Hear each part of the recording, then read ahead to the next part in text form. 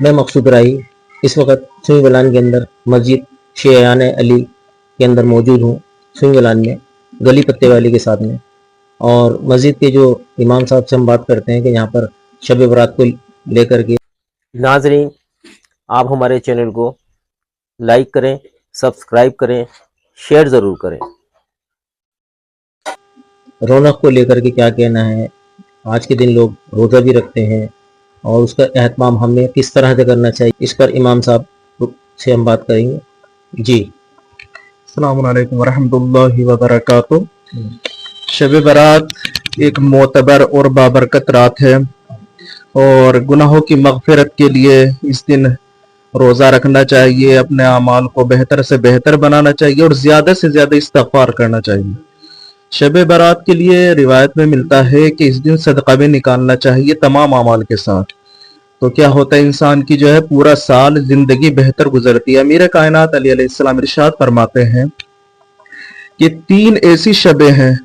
جن میں امیر کائنات علیہ السلام سب سے زیادہ عبادت کیا کرتے تھے، رات بھر جاگا کرتے تھے، جن میں سے ایک یہ شب برات کی بھی رات ہے۔ اس پہ بہت زیادہ آپ زیادہ سے زیادہ عبادت کیا کرتے تھے، اور ہمارے لیے شیعہ نقطہ نظر سے اگر دیکھا جائے، اور یہ اہل سنت کی کتب میں بھی ہے اور شیعوں کی کتب میں بھی ہے، اس میں ملتا ہے کہ شب برات یعنی نیمہ شعبان 15 شعبان میں پیغمبر کی نسل سے، حضرت زہرا سلام اللہ علیہ کی نسل سے 12ویں امام مہدی علیہ السلام کی ولادت ہوئی، جن کا اصل نام کیا تھا؟ محمد تھا۔ اسی طریقے سے شیعہ کتب اور اہل سنت کی کتب میں ملتا ہے کہ امام مہدی کے بارے میں پیغمبر اکرم فرماتے ہیں کہ مہدی میرے خاندان اہل بیت میں سے ہوں گے اور فاطمہ کی اولاد میں سے ہوں گے، اور اس کا حوالہ ہے سنن ابی داؤد،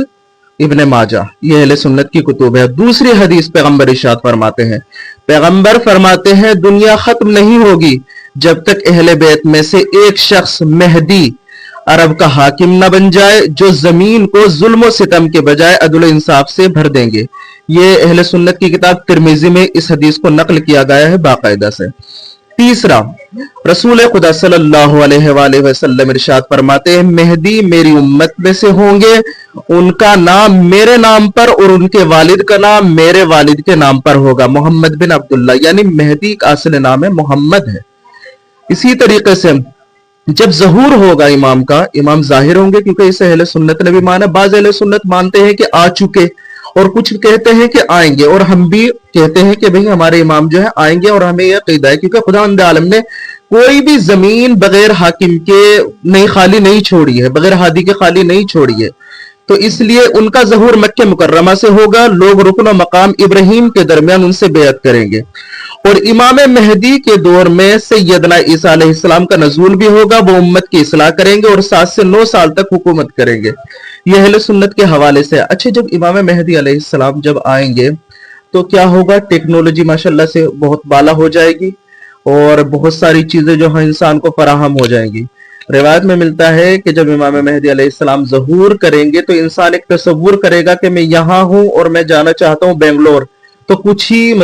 ہی منٹوں کے بعد وہ انسان جو ہے بنگلور پہنچ جائے گا۔ مثلا کہ ٹیکنالوجی ماشاءاللہ سے زیادہ ہو جائے گی۔ اس بعض اوقات کیا ہوتا ہے، انسان یہ سوچتے ہیں کہ بھئی اگر امام ظہور کریں گے تو کیا ہوگا، ہمارے لیے مشکلات نہیں، مشکلات نہیں بلکہ آسانیاں ہو جائیں گی، آپ کے لیے سہولتیں ہو جائیں گی، کیونکہ جب امام آئیں گے، امام کے آنے کا مطلب یہ ہے کہ آپ اس دنیا کو عدل و انصاف سے بھر دیں گے۔ عدل و انصاف سے کیسے بھر دیں گے؟ مثلا ایک گھر بنا ہوا ہے اور وہ غصبی جگہ پر بنا ہوا ہے، تو امام آئیں گے، اس گھر کو پھوڑو اور اس غصبی جگہ پر اس گھر کو یہاں سے پھوڑو اور جس کا حق ہے اسے دو۔ حتیٰ کہ روایت یہ بیان کرتی ہے جب امام مہدی آخر الزمان علیہ السلام تشریف لائیں گے، اگر مسجد اللہ کا گھر بھی غصبی جگہ پر بنا ہوا ہے تو آپ اسے بھی توڑوا دیں گے، کہہ دیں گے آپ اسے ہٹاؤ، یہ غصبی جگہ، اور آپ یہ مسئلے میں بھی آپ پڑھتے ہیں غصبی جگہ پر آپ کی نماز نہیں ہوگی۔ امام یہ چیزیں کریں گے۔ جب امام کی گورنمنٹ آئے گی، امام کی حکومت آئے گی، تو امام اپنی حکومت کو الگ الگ طریقے سے چلائیں گے۔ اور شیعہ کتب میں ملتا ہے کہ آج دیکھیں آپ، آج کے زمانے کے حساب سے سونا جو ہے 1 لاکھ سے اوپر جا رہا ہے، لیکن اس روایت میں ملتا ہے کہ سونا اس قدر لوگوں کے پاس ہوگا، وہ دوسروں کو دینا چاہیں گے لیکن لوگ اسے نہیں لے پائیں گے، کہیں گے کہ بھئی ہمارے پاس تو خود اتنا ہے۔